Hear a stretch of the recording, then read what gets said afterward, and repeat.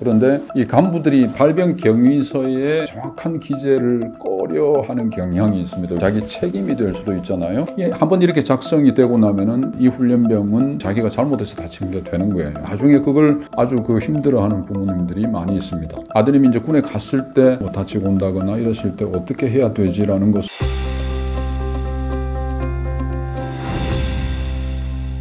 네, 여러분, 아드님이 군대를 가시나요? 갈 예정인가요?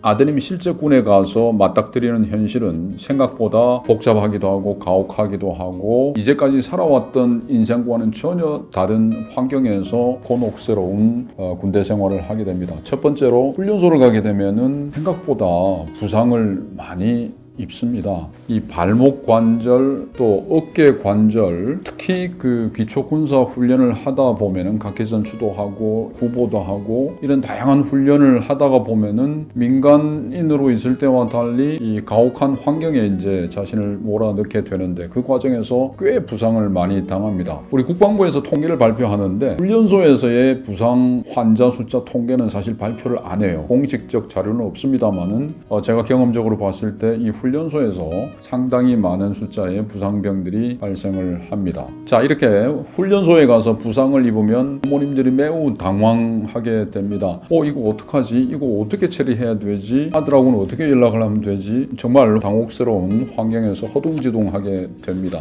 자, 이럴 때 어떻게 해야 되는지 미리 마음의 준비사항을 구비하고 계신 분들은 그렇게 많지가 않은 걸로 알고 있습니다. 아드님이 훈련소에서 이제 다치게 되면은 맨 처음 하게 되는 것이 이제 간부들이 의무대에 데리고 가겠죠. 그 직전에 어떤 일을 하게 되냐면은 발병 경위서라는 걸 작성을 하게 됩니다. 이 어떻게 해서 부상을 입었는지를 이제 간부들이 기재를 해줘요. 이 발병 경위서가 첨부가 돼서 접수가 되어야 공식 진료 절차가 진행이 됩니다. 그리고 이 입원을 하게 될 필요가 있으면 병가를 이제 신청을 하게 돼가지고 군 안에서 이제 입원 진료를 하게 되는 경우도 있지만 민간 병원으로 가게 되는 경우도 있습니다. 그럴 때 반드시 해야 되는 게 이제 청원 휴가라고 하는 또는 병가라고도 하는 이 휴가 제도를 이용을 하셔야 되고요. 그 다음에 치료가 끝나게 되면은 전공상 심사라는 걸 하게 됩니다. 이 훈련 중에 다친 것이 공무상 입은 부상이냐 아니면 뭐 그냥 개인적으로 입은 부상이냐를 따져서 치료비나 어떤 보상 관계에 영향을 미치게 되어 있습니다. 그러고 나서 제대를 하게 되면은 부상의 정도가 심하게 되면은 의무 조사를 거쳐가지고 의병 전역 절차를 밟게 되는데 이때도 이 발병 경위서 같은 것이 영향을 미치죠.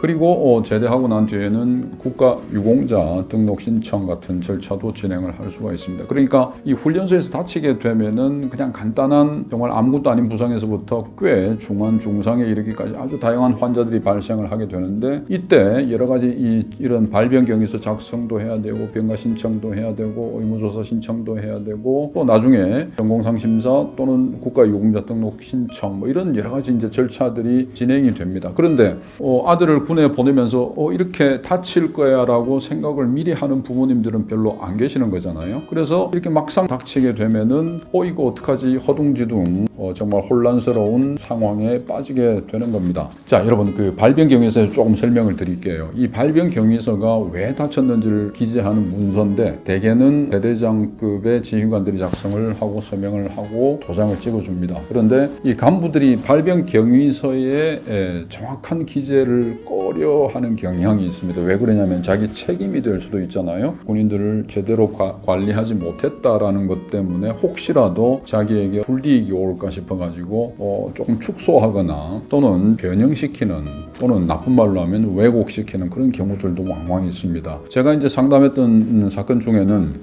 훈련받다가 다쳤는데 너 미안한데 쓰레기 버리러 가다가 그거 다쳤다고 좀 해줄래? 뭐 이렇게 이제 간부들이 이야기를 해준 경우가 있어요. 근데 이 간부들과의 인간관계 때문에 군인들이 그렇게 대답을 해주고 실제로도 그렇게 작성이 되는 경우들이 있습니다. 근데 한번 이렇게 작성이 되고 나면은 이 훈련병은 이제 훈련받다가 다친 게 아니라 그냥 쓰레기 버리러 가는 길에 자기가 잘못해서 다친 게 되는 거예요. 그걸 뒤집으려면 굉장히 힘듭니다. 그래서 이런저런 사연으로 이제 이런 발병 경위서 작성 과정에서 제대로 실체적인 어떤 사실관계가 반영되지 않고 왜곡되거나 바뀌거나 변형돼서 작성되는 경우들이 있어서 나중에 그걸 아주 힘들어하는 부모님들이 많이 있습니다. 자, 그리고 이런 발병 경위서 작성 과정에서는 간부들과 아드님이 심리적으로 일체가 돼서 부모님께도 제대로 이야기를 못하는 경우들도 있어요. 그 아드님이 부모님께조차도 제대로 진실을 말을 못하는 그런 것이 이제 군대라는 어떤 사회의 속성이기도 합니다. 그래서 여러분들께서는 아드님이 이제 군에 갔을 때, 야, 이거 어떻게 돌발적인 상황이 생겼을 때 막연히 그런 일은 나에게 없을 거야 라고 지내서는 안 되는 겁니다. 반드시 이런 상황이 올 수도 있음을 알고 대비를 하셔야 되는 거예요. 자, 그런데 훈련소에서만 벌어지는 거냐? 자대에 배치되고 나서도 똑같은 상황들이 연속이 됩니다. 계속 군인들은 훈련을 받고 직무를 수행하고 이래 하잖아요. 그런 과정에서 이제 많이 다치거나 이제 어떤 질병을 얻게 되는 것이 이제 군의 생활입니다. 여러분, 우리 군에서 다쳐가지고 군병원에 가는 숫자가 1년에 얼마나 되는지 혹시 알고 계십니까? 하단급 의무대라고 있습니다. 이 2013년도에는 1년에 200만 명,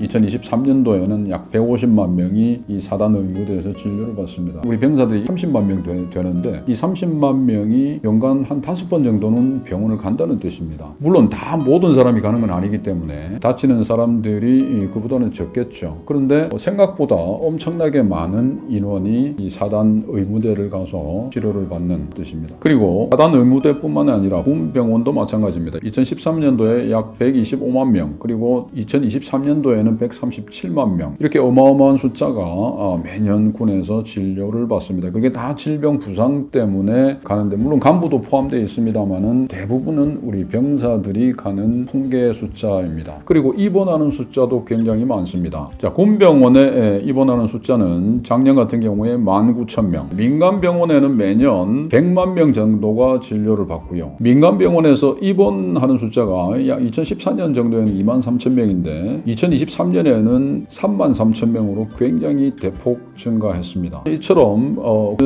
군에 가서 입원 치료나 외래 진료를 받는 사람들의 숫자가 굉장히 많고, 특히 최근에는 민간 병원을 선호하기 때문에 민간 병원에서 진료나 입원을 통해서 치료받는 사람들의 숫자가 굉장히 많다는 것을 알 수가 있습니다. 이 통계 숫자는 우리 국방부 홈페이지 들어가시면 공개되어 있는 공식 통계 숫자입니다. 그런데 군과의 소통 채널이 제대로 연결이 되지 않다 보니까 부모님들이 군에 있는 아들의 다쳤다는 소식이 들려오면은 허둥지둥 당황해서 어쩔 줄을 몰라 합니다. 그나마 요즘에는 휴대폰이 있죠. 그래서 저녁 6시부터 9시까지 소통이 되니까 그걸 통해서 알게 되고 또 연락도 하고 또 그 번호를 통해 대응도 하긴 하는데, 그럼에도 불구하고 이 군이라는 사회의 속성상 일반 사회와는 단절이 되어 있고 소통이 원활하지 못한 것이 사실인 거죠. 그렇게 해서 부모님들이 제대로 아드님이 치료를 받는지, 또 내가 병원 데리고 다니면 훨씬 제대로 치료를 해줄 텐데 이제 군에 맡겨서 치료하는 것을 이제 지켜만 보고 있으려니까 엄청 답답하고 안타깝잖아요. 자, 이런 상황들이 우리 군에 가는 아드님의 미래에 지금 펼쳐질